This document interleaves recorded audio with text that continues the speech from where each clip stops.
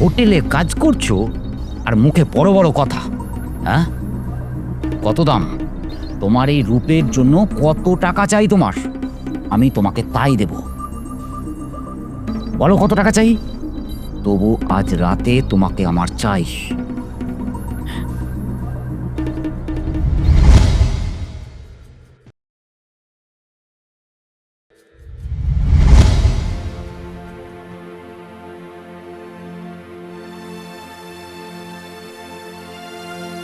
Excuse me sir, yes, বলুন কি বলবেন? আসলে আপনাদের হোটেল থেকে পত্রিকা একটি অ্যাড দেওয়া হয়েছিল, সেই অ্যাডটা দেখেই আমি এসেছি। যদি কাজটা আমায় দেন। ও, তা আপনার কাজের সম্পর্কে কোনো অভিজ্ঞতা আছে এই হোটেলে কাজের সম্পর্কে? না স্যার, আসলে আমি নতুন, কিন্তু কাজটা খুব দরকার, তাই স্যার। দেখুন ম্যাডাম, আপনি দেখতেও বেশ সুন্দর আর এই কাজটা আপনার জন্য একদম পারফেক্ট, কিন্তু আমি এখন কি করি বলুন তো? স্যার তো এখন 3 দিনের জন্য আবার বাইরে গেছে। প্লিজ স্যার, একটু দেখুন না, আসলে কাজটা আমার খুব দরকার। আচ্ছা ঠিক আছে, আপনি একটু দাঁড়ান, আমি স্যারকে আগে ফোন করি, দেখি স্যার কি বলে।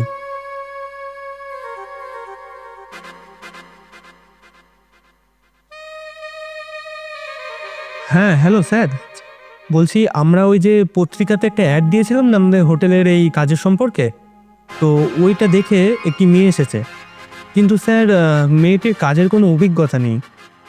তবে স্যার মেয়েটিকে দেখতে শুনতে বেশ ভালো, আপনি যদি একটু ট্রেনিং দিয়ে নেন তাহলে আশা করি ও পারবে। কি করি বলুন তো এখন স্যার? আচ্ছা আচ্ছা, ওকে ওকে স্যার, ঠিক আছে স্যার, ওকে। স্যার, কাজটা কি আমার হবে? দেখুন, আপনার সাথে কথা বলে আমার বেশ ভালোই লেগেছে, তাই আমি স্যারকে অনুরোধ করে আপনার জন্য কাজটা একদম কনফার্ম করলাম। তবে হ্যাঁ, স্যার কিন্তু আপনাকে যে কোনো দিন পরীক্ষা করতে পারে, তাই আপনি আগে ভালোভাবে ট্রেনিং নিয়ে কাজটা শিখে নিন। আর আজ থেকে কিন্তু আমি আপনাকে কাস্টমারদের রুমে পাঠাবো, আপনি কিন্তু তাদের সাথে একদম সঠিক ব্যবহার করবেন। আপনি চিন্তা করবেন না স্যার, আপনি দেখবেন আমি ঠিক পারবো। আর আপনাকে অসংখ্য ধন্যবাদ স্যার, স্যারকে বলে মত করানোর জন্য। ওকে ওকে, আচ্ছা আপনি সোজা যান, সোজা গিয়ে দেখবেন স্টাফ রুম আছে, ওইখানে গিয়ে তুমি আগে তোমার এই ড্রেসটাকে চেঞ্জ করে নাও। ওকে ওকে স্যার, আমি এক্ষুনি যাচ্ছি।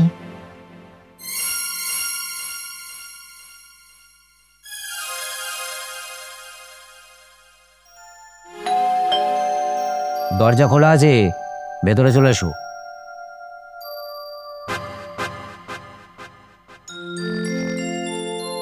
লাভলি, এই হোটেলে এর আগে আমি তো এমন মেয়ে কখনো দেখিনি। এ তো মেয়ে নয়, যেন জ্বলন্ত আগুন।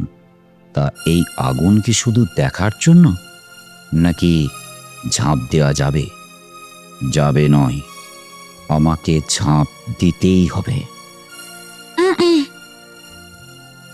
স্যার, আমাকে রিসেপশন থেকে পাঠিয়েছে।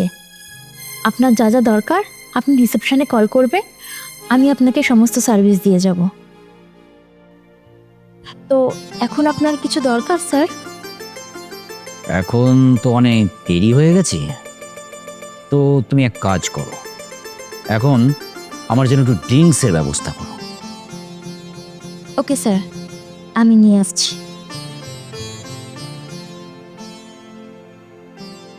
হোটেলের মালিকের ট্যালেন্ট আছে বলতে হবে। এই রকম মেয়ে হোটেলে রাখলে তো হোটেল রমরমিয়ে চলবে। যাই হোক, যেভাবেই হোক, আজ রাতের জন্য মেয়েটাকে আমাকে রাজি করাতেই হবে। আসবো স্যার? হ্যাঁ, এসো।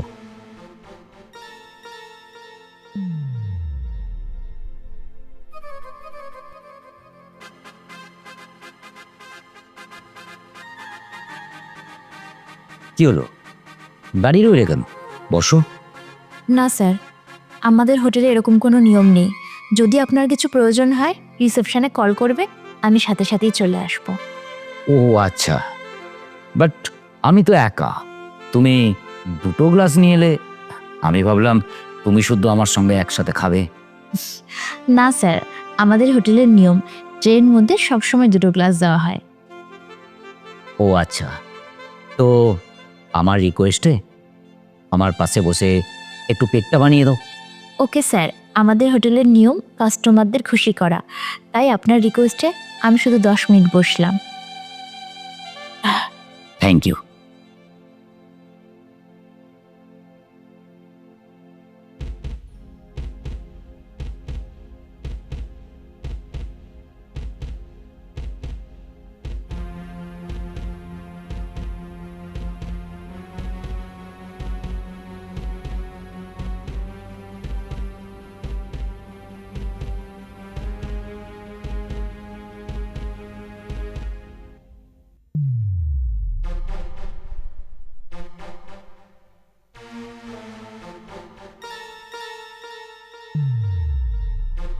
বলছি, তুমি বললে যে তোমাদের হোটেলের নিয়ম কাস্টমারদের সব রকম খুশি করা, তা রাতে কি ওই বইয়ের চাহিদাটা মেটানোরও ব্যবস্থা আছে? সরি স্যার, আমাদের হোটেলে এরকম কোনো ব্যবস্থা নেই। আসলে আমাদের হোটেলের মালিক অ্যাকচুয়ালি এসব কোনো কিছুই পছন্দ করেন না। ও, এ তো খুব ভালো কথা। মালিক পছন্দ না করুক, অফারটা যদি আমি তোমায় করি, মানে আমি বলতে চাইছি, তুমি যদি আজ রাতে আমার সঙ্গে সঙ্গ দাও, তার জন্য আমি তোমাকে 20,000 টাকা বকশিস দেব। সরি স্যার, আর যা বলেছেন বলেছেন, এই কথা দ্বিতীয়বার বলবেন না, কারণ আপনি আমাকে যেরকম মেয়ে ভাবছেন আমি সেরকম মেয়ে নই। হোটেলে কাজ করছো আর মুখে বড় বড় কথা, হ্যাঁ? কত দাম? তোমার এই রূপের জন্য কত টাকা চাই তোমার? আমি তোমাকে তাই দেব। বলো কত টাকা চাই? তবু আজ রাতে তোমাকে আমার চাই।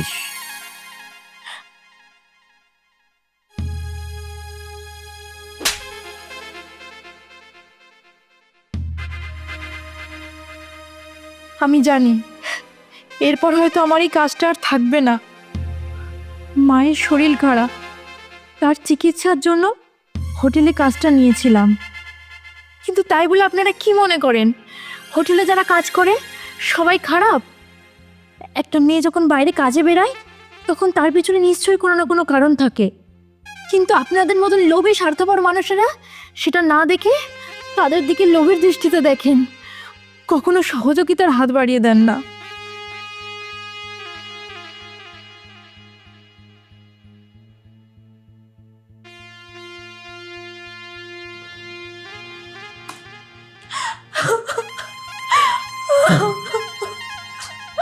কি ব্যাপার? কি হয়েছে? কাঁদছো কেন? সরি স্যার, আপনি এত চেষ্টা করেও আমাকে কাজটা দেওয়ার পরও আমি কাজটা রাখতে পারলাম না, আমায় ক্ষমা করবে। মানে আমি তো কিছুই বুঝতে পারছি না, কি হয়েছে সেটা খুলে বলো। আপনি যে কাস্টমারটাকে সার্ভিস দেওয়ার জন্য আমায় পাঠিয়েছিলেন সেই কাস্টমারটা একদম ভালো না। আমি ওনার প্রস্তাব রাখতে পারিনি বলে উনি ওর গায়ে হাত দেয়, আমায় তাদের জোর জবরদস্তি করে স্যার। এটা তুমি কি করেছো মেঘা? উনি আমাদের কাস্টমার না, উনি আমাদের এই হোটেলের মালিক। এটা আপনি কি বলছেন স্যার? শিক্ষা তো আপনি আমাকে আগে বলেননি তো। আর বললেও ওরকম একটা চরিত্রহীন মালিকের হোটেলে আমার পক্ষে কাজ করা একদমই সম্ভব নয়। একদমই নয়।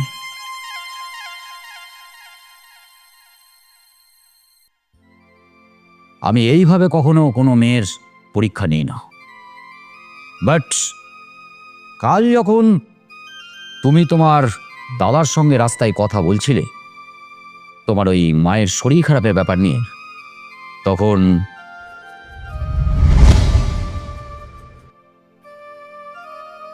কিরে, কিছু টাকার ব্যবস্থা করতে পারলি? না রে দাদা, হোটেলের মালিক এখনো আসেনি। মালিক এলে আমি বলবো যে আমার মায়ের এমন শরীর খারাপ, 1,030 টাকা দরকার। উনি যদি আমাকে টাকাটা দেয় তাহলে আমি মাসে মাসে সেটা কাজ করে শোধ করে দেব। যা করবার একটু তাড়াতাড়ি কর, মার মুখের দিকে আর তাকাতে পারছে না। মালিক এলেই আমি বলবো। শুনেছি মানুষটা নাকি খুব ভালো, সবার উপকার করে। দেখি আমার এই উপকারটা উনি করতে পারেন কিনা। তবে একটা কথা শোন, মায়ের কথা অনুযায়ী ভুল কাজ করে কোনোদিন টাকা রোজগার করবি না। তুই নিশ্চিন্তে থাক দাদা, তাতে যদি মাকে হারাতে হয় হারাবো, কিন্তু ইজ্জত বিক্রি করে আমি আমার মার চিকিৎসা করব না। ঠিক আছে, আমি আসছি, সাবধানে থাকিস। হ্যাঁ।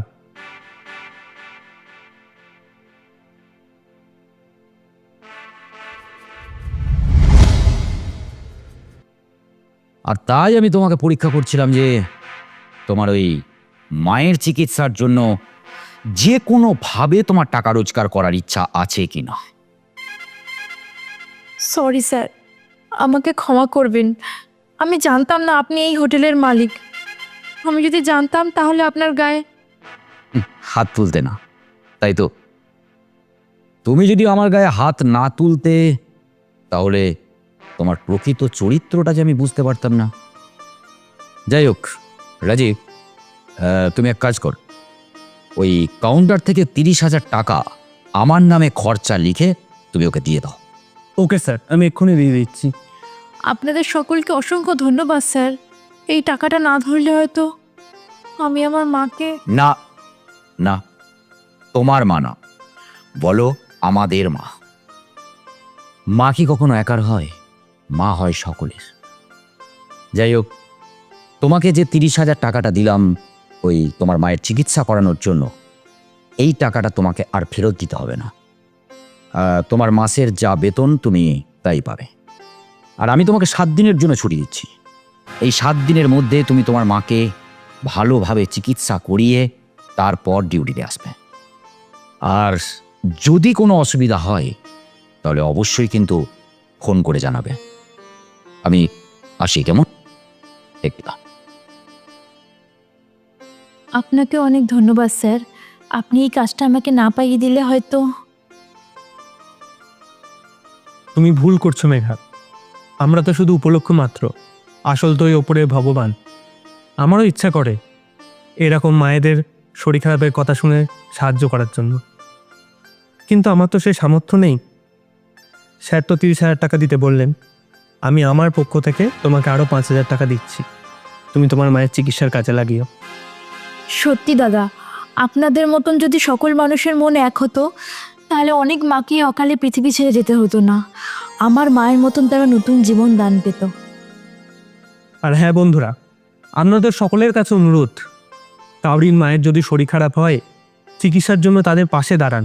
আপনাদের সকলের কাছে অনুরোধ রইল।